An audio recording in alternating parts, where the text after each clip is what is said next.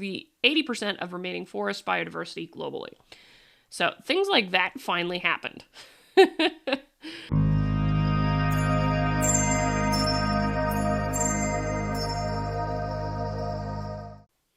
Alrighty.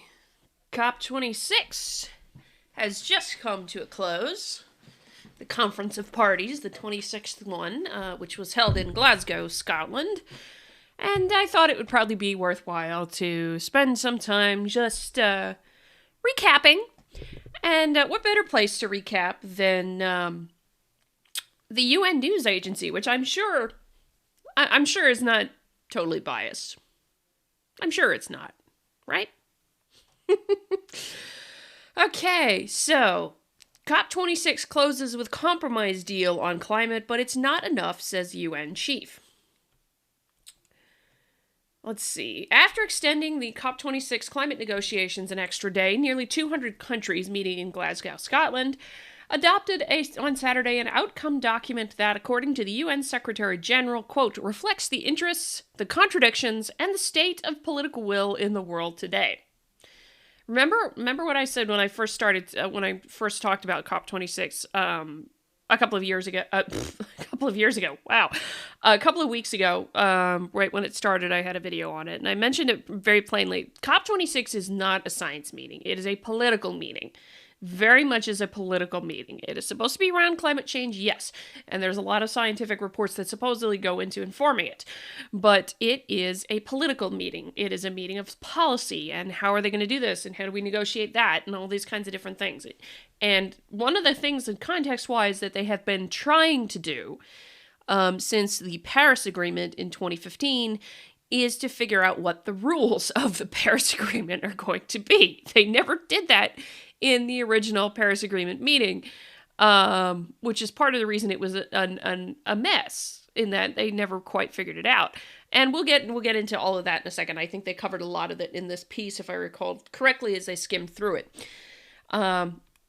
So let us continue. It's an important step, but not enough. We must accelerate climate action to keep alive the goal of limiting global temperature rise to 1.5 degrees, and this is centigrade that they're always referring to, Celsius, said Antonio Guterres in a video statement released at the close of the 2-week meeting. The UN chief added it is time to go, quote, into emergency mode, ending fossil fuel subsidies, phasing out coal, putting a price on carbon, protecting vulnerable communities, and delivering $100 billion in climate finance commitment. Quote, we did not achieve these goals at this conference, but we have some building blocks for progress, he said. Mr. Gutierrez also had a message for young people, indigenous communities, women leaders, and all those leading the charge in climate action. Quote, I know you are disappointed, but the path of progress is not always a straight line. Sometimes there are detours, sometimes there are ditches, but I know we can get there. We are in the fight of our lives, and this fight must be won. Never give up, never retreat, keep pushing forward. Again, this is a political meeting. It is not a science meeting. The outcome document, known as the Glasgow Climate Pact, calls on 197 countries to report their progress toward more climate ambition next year at COP27, set to take place in Egypt.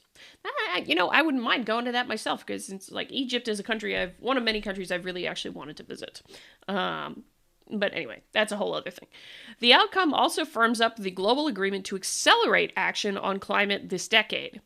However, COP26 President Alok Sharma struggled to hold back tears following the announcement of a last-minute change to the pact by China and India, softening language circulated earlier in the earlier draft about, quote, the phase-out of unabated coal power and of inefficient subsidies for fossil fuels.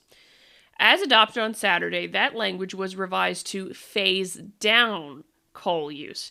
And this is actually a big deal, because the thing about it is that at least is my understanding, and particularly in India, there's still a lot of places that don't even burn coal, they burn wood. And wood is actually a bigger polluter with regard to fossil fuels and putting carbon in the atmosphere than coal is.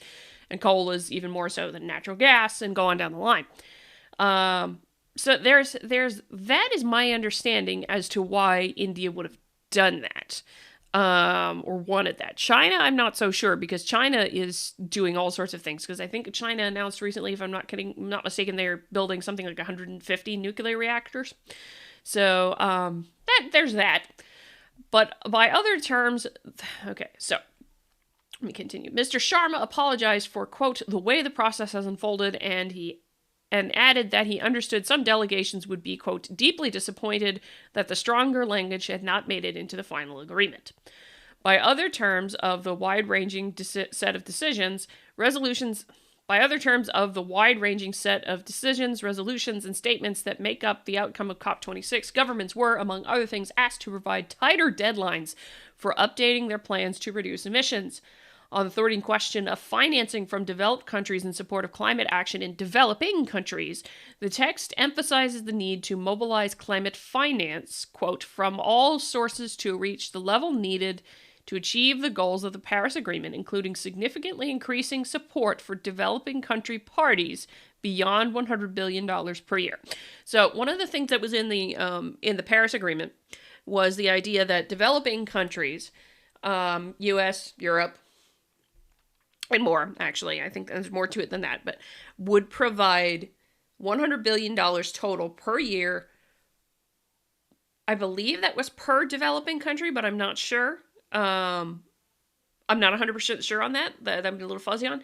But it was something to the tune of $100 billion per year for developing countries to be able to push toward more sustainable growth, better energy sources, and what have you.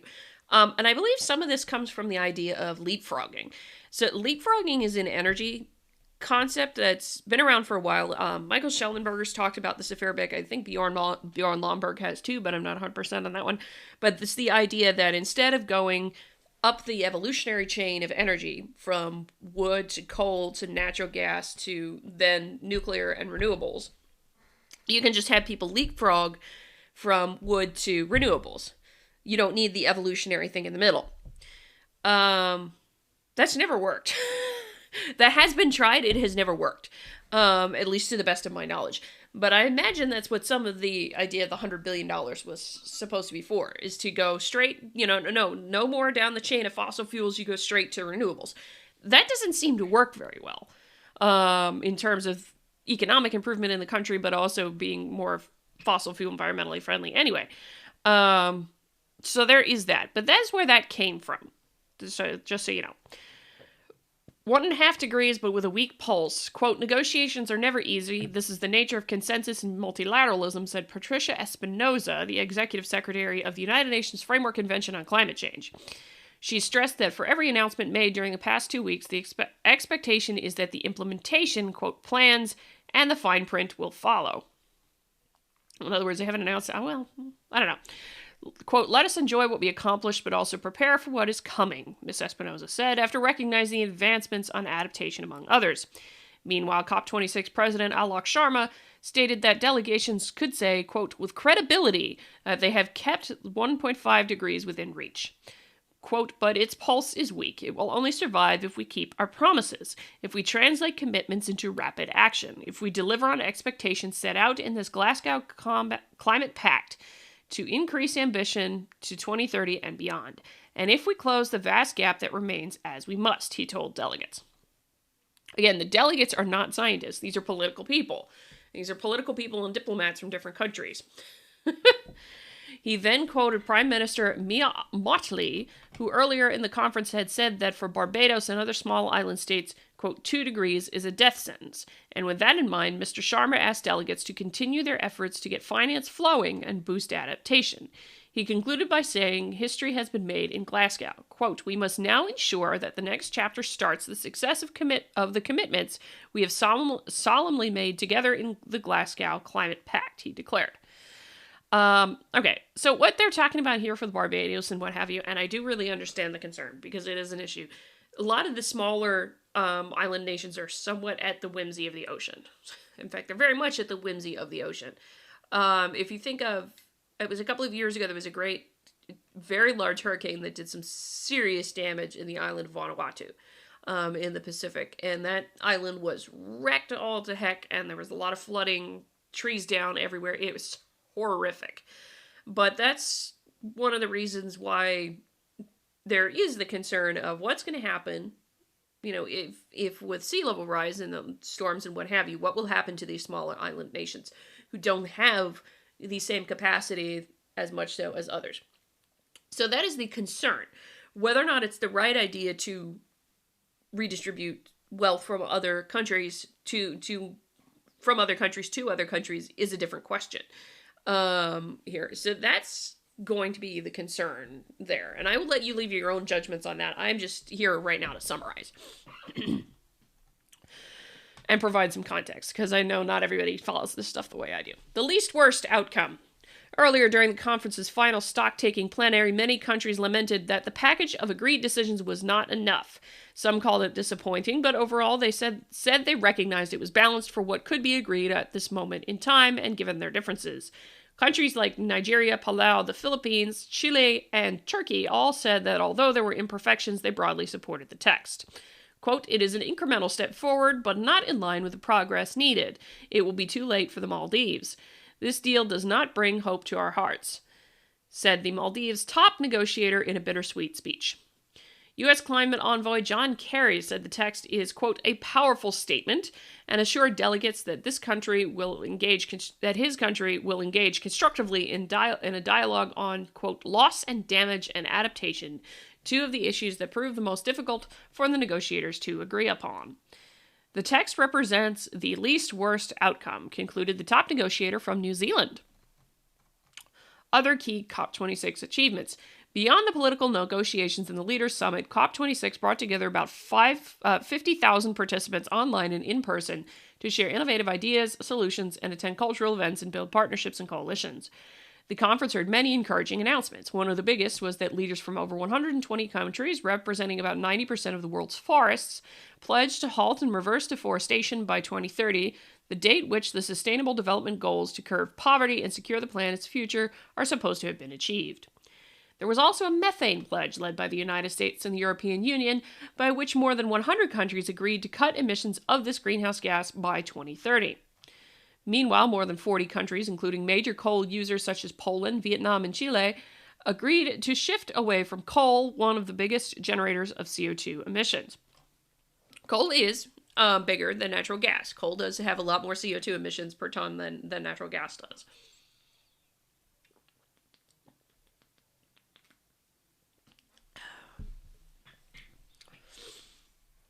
The private sector also showed strong engagement, with nearly 500 global financial services firms agreeing to align $130 trillion, damn, some 40% of the world's financial assets, with the goals set out in the Paris Agreement, including limiting global warming to 1.5 degrees Celsius.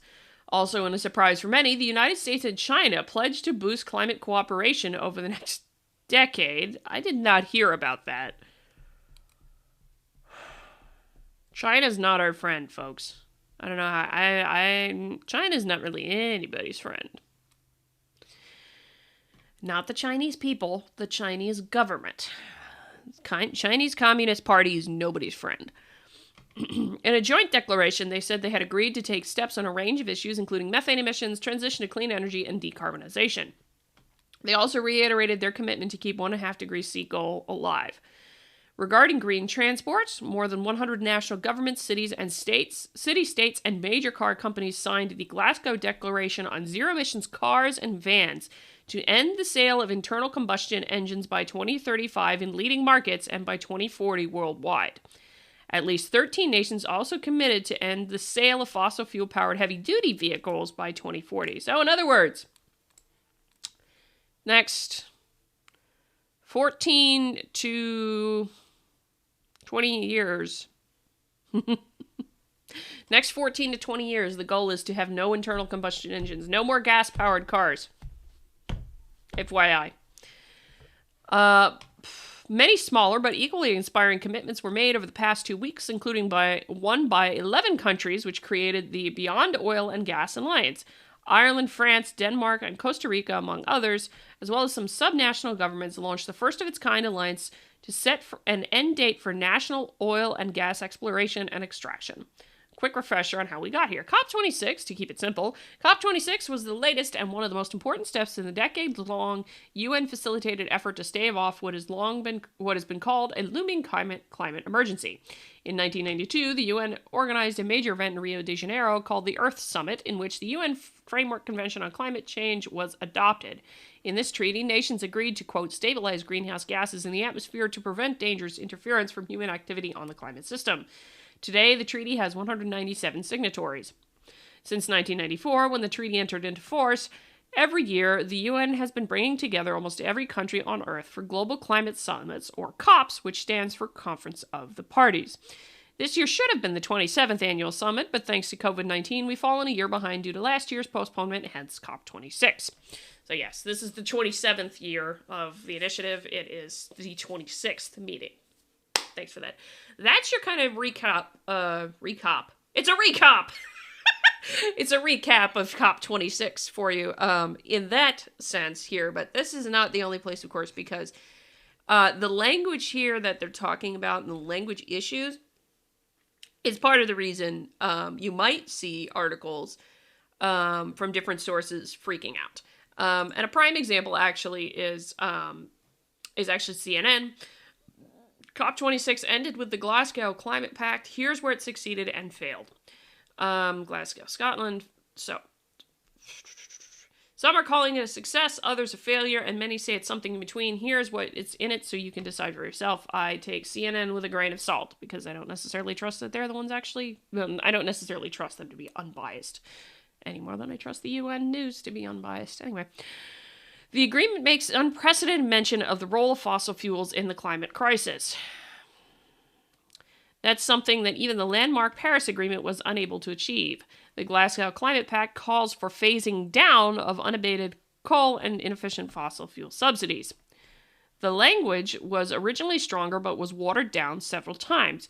It looked like it might have even been scrapped near the end when India, with Iran's support, made it clear they wouldn't give their blessings on it. The pact requires all 197 parties to agree on the final text, and this is why it is extremely difficult. You're getting 197 countries to try and agree on one document. And admittedly, that is why it is extremely difficult. But at the 11th hour, India said it would accept the language with one tweak, that coal should be phased down, not phased out, in what some observers see as a get-out clause that would allow continued use of coal. And that is a fair observation, I think. Phased out means you're ending it altogether. Phased down means you're ramping down, and that's a difference. President Alok Sharma was seen canvassing opinion on the floor of the plenary room to see if others would support the change and essentially save the article. When asked for her opinion on the whole agreement, even Greenpeace International Executive Director Jennifer Morgan saw the inclusion of coal as a win for the climate. It's meek, it's weak, and the 1.5C goal is only just alive, but the signal has been sent that the era of coal is ending, and that matters. Sharma faced questions over the way he handled the last-minute change, for which he later apologized. This will not bring us closer to 1.5, but it will make it more difficult. This will not bring us, make it more difficult to reach it. But Indian environmental minister, so that was the Swiss environmental minister receiving long round of applause for the annoyance at making it more that the language at the end of the pact made it more difficult to reach 1.5C. But Indian environmental minister, Yadav, I'm not going to try and pronounce the first name, who had opposed the language, said that it would be difficult for his country to end coal use and fossil fuel subsidies while it tries to address poverty. And this is what I'm talking about with the leapfrogging, because I'm pretty sure a lot of India still uses wood burning for energy and heating homes. And that's a problem because, of course, wood is actually more of a carbon pollutant than coal is even. So that's the thing. How can anyone expect developing countries to make promises about phasing out coal and fossil fuel subsidies? Subsidies provide much-needed social security and support, he said, giving an example of how India uses subsidies to provide liquefied natural gas to low-income households. 2022, a year for the world to get its act together. Perhaps the most consequential change in language was language that requests parties come to COP27 next year in Egypt with updated plans on how to slash greenhouse gas emissions by 2030. Under the Paris Agreement, countries were only obligated to update their goals by 2025. So that's a change. That is a change. Because Paris Agreement was 2015, so they were giving you 10 years to figure out how to update your goals. Now they want everybody to come back with their updated goals next year. The idea is that countries will increase their ambition more regularly, which should mean an acceleration to net zero, a state at which the amount of greenhouse gases emitted is not greater than the amount removed from the atmosphere. So that's what I was trying to say. People want to say net zero is we're not going to have any more pollution. That is not what is meant by net zero. Net zero being the amount in is equal to the amount out, or the amount in is less than the amount out. So I give CNN credit. They do have the phrasing right here and what is actually meant by net zero. And it's something a lot of critics of the climate change side get wrong. No, we're not saying you're not going to have pollution. You're not going to have all this kind of other stuff. It's that you're going to figure a way to balance it out between what goes in and what goes out.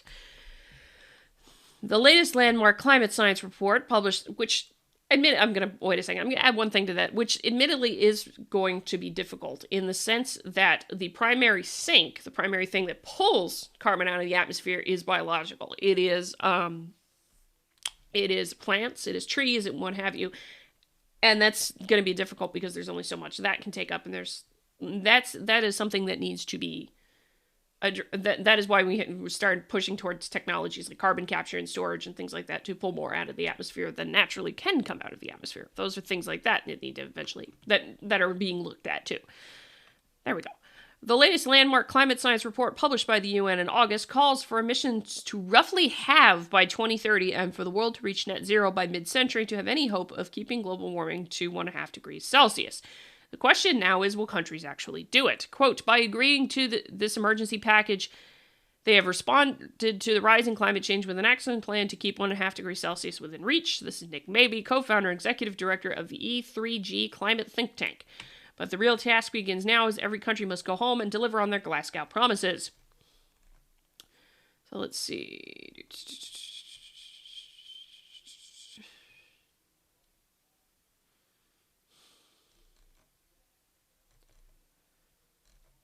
Yes, here it is. Here it is. This is the one I wanted to get to. So, it took 6 years, but a Paris rulebook is finally finished. Almost. If there's any sign on how slow progress by consensus can be, it was only on Saturday that the world agreed to the outstanding rules of the 2015 Paris Agreement. There had been concern over the creation of carbon emissions markets, known as Article 6, which is so technical that the world couldn't agree on its wording and substance over the last 5 years. There were concerns about a loophole that would have allowed some countries to double count their carbon credits. That would have been disastrous, as the world would soon lose track of how much greenhouse gas is actually being removed or offset and sold on the markets. One way to offset greenhouse gases is by paying countries with significant forest cover to not log their trees or to plant more of them. Trees can absorb and lock away large amounts of carbon, cutting them down and burning them releases carbon dioxide into the air. A country would also pay another to build a wind farm, for example, instead of a coal or oil plant. Brazil was pushing to this deal as it could become a major exporter of carbon credits through the Amazon forest, but also through renewable energy projects like wind and solar. It's good news the rules were finally agreed and some loopholes closed, but some experts warn against allowing too much offsetting, saying that it's only an incentive for nations and businesses to keep emitting as usual, particularly rich nations and big businesses that can afford a lot of offsets. There are worries about the implication of the system for indigenous people, who are worried about the commodification of their lands. According to the UN, indigenous people make up less than 5% of the world's population, but they protect the 80% of remaining forest biodiversity globally. So things like that finally happened. So they are basically tabled a lot of things. I would like to see the text of the Glasgow Pact just to satisfy my curiosity, but I'm not going to focus on that now for obvious reasons. But there you have it. That's COP26. If you like this video, let me know in the comments. Give me your thoughts on COP26 and what do you think about the climate-related diplomatic things here. This is not exactly science, but it is science connected to society in very strange, interesting, sometimes weird ways. Anyway, that's it. If you like the video, hit the like button on the way out the door, comment on the video, share the video, subscribe to the channel, all that good jazz. Don't forget to check things out over at shiasophia.locals.com. And that's it for now. Until next time, I'm Adrian. I hope you stay curious, my friends.